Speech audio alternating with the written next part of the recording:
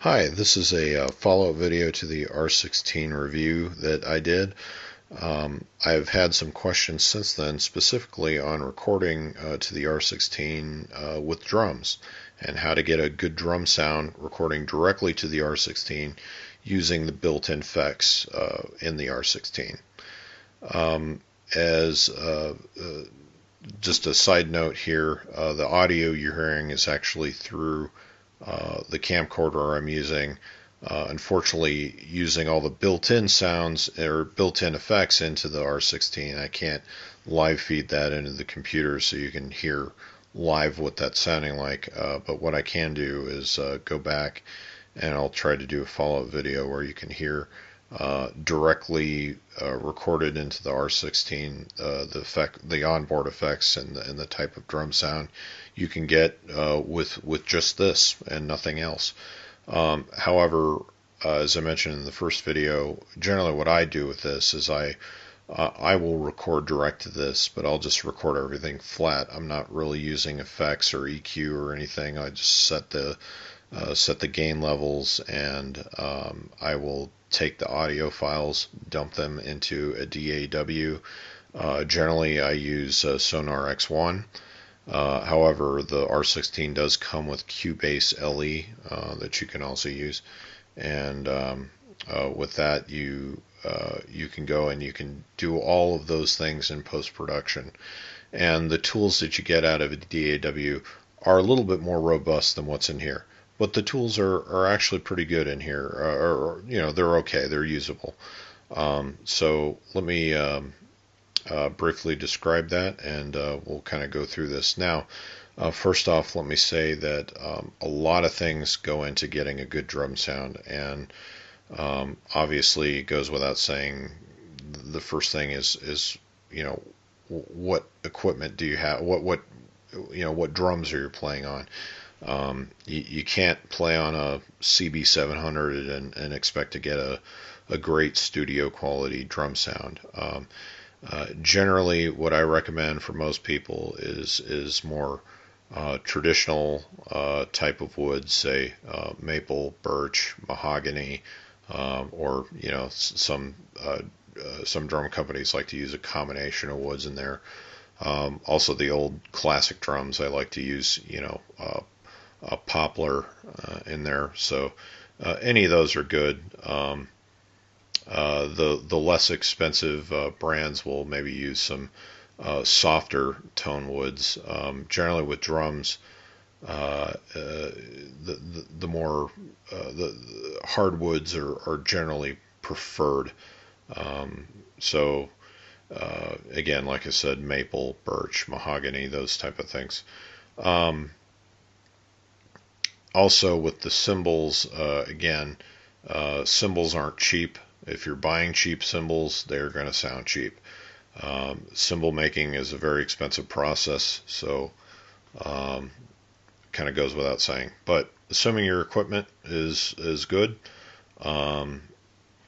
then we can go with basically how to set this up. Now again, the other part in this is what type of mics you're using. I don't think you need to go out and spend $3,000 on microphones, but again, the better quality microphones you have, the better recording you'll get. And generally I recommend that if you're going to spend money on the mics, spend more money on your overheads than you do on your close miking. Generally close miking, you're going to use dynamic microphones, and yeah, there's some subtle differences between, say, a PG57 and a SM57, but a PG57 will probably get the job done. You're not going to hear as much of a difference with that as you are in your overheads. So once you've got that out of the way, you can go with setting levels, and this is just sort of what I'm going to tell you is just sort of a best practice thing. Again, I'm no expert on this. This is just what I've learned from other people, other guys who are experts that told me this. There's a lot of varying opinions on this, so again, if I'm saying something wrong here, or feel free to comment on this, but this is just the way that I learned it. So generally, what you want to do is when you're starting to set levels, start out with 0 dB or unity gain on your slider, and then you can go and you can adjust your trim levels. And what I'm going to do here, and I'm going to show you on the on these two channels here. I can go in and I'm going to set this. I'm going to turn up the gain. Whoops! I'm going to turn up the gain here until I actually start to see that peak light come on. And when I get it up to there, I'm actually going to back that off a little bit to where I can get in there. I'm not quite touching yellow on the meter here, but generally I like to get into the yellow. Well, there I'm peaking again, but generally I like to get into the yellow area, but not all the way up. And then again, if I'm peaking, I just back it off a little bit until I'm not peaking again, but I'm getting a strong signal out of here. Again, I'm just sort of simulating this, so you'll kind of have to bear with me here. But once you have that, then on your slider, a general rule of practice is that when you're recording, you never want to have your slider above unity or 0 dB. If anything, you want to pull it back. It's all about having headroom, because when you add your effects, you're going to have it's going to boost the output from your effects feeds, and you need to have room in there when you go and compress things and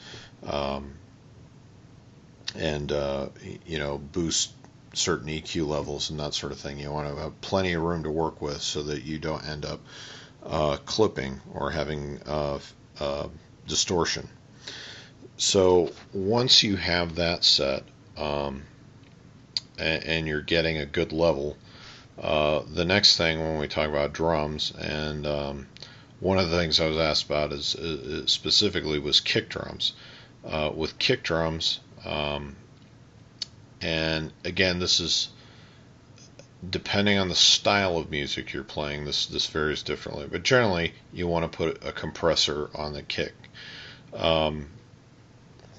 And on the R16 you can do that through the insert effect function, and I've already got this set up here. So if you hit the insert effect, I've gone to this 8x compression EQ because there's a preset on this one, and it's number 4 here. There's the studio drum. There's actually a few of them you can go through here. There's studio drum, vintage drum, an enhanced drum, and there's also one just for general percussion. So you can start with those and you can tweak around with them. And basically to edit any of these, you just hit the down arrow on the directional pad here, and you can go to edit. Now there's a high pass filter on here. If you want to turn that on, you can select the frequency range that you'd set that with.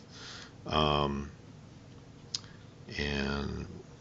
oops, go back here. Was it 130? But and then for the compressor, now as I get into this, this is my one little tiny beef with the compressor on here.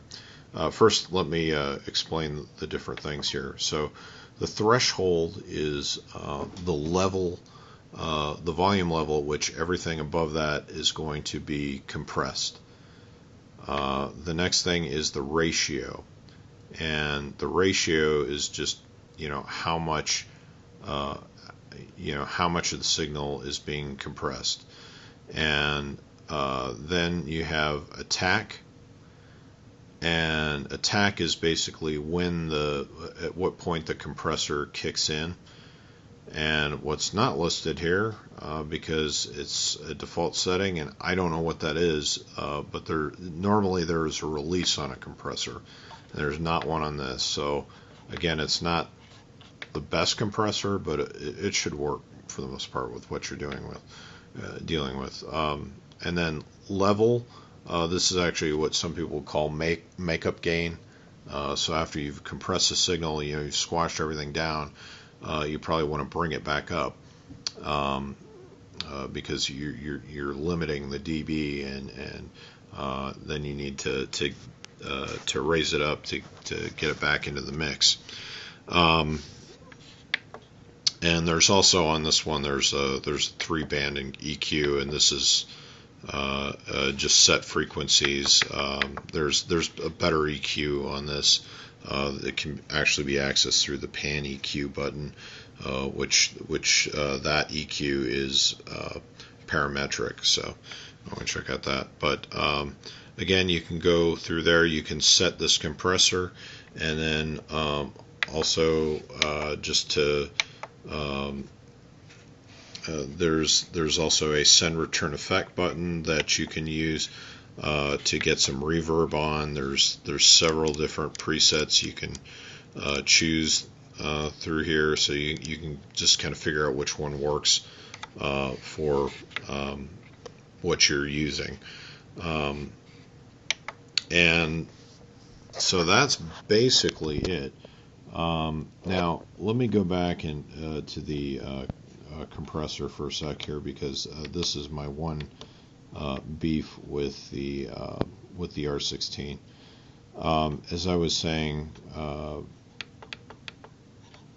okay, when you go to threshold, you'll see this number 22 here, and this really has no frame of reference. Normally when you're dealing with compressors, you're really talking in terms of what dB level you want them to kick in, because that relates directly to what you have on your slider, and that would seem logical.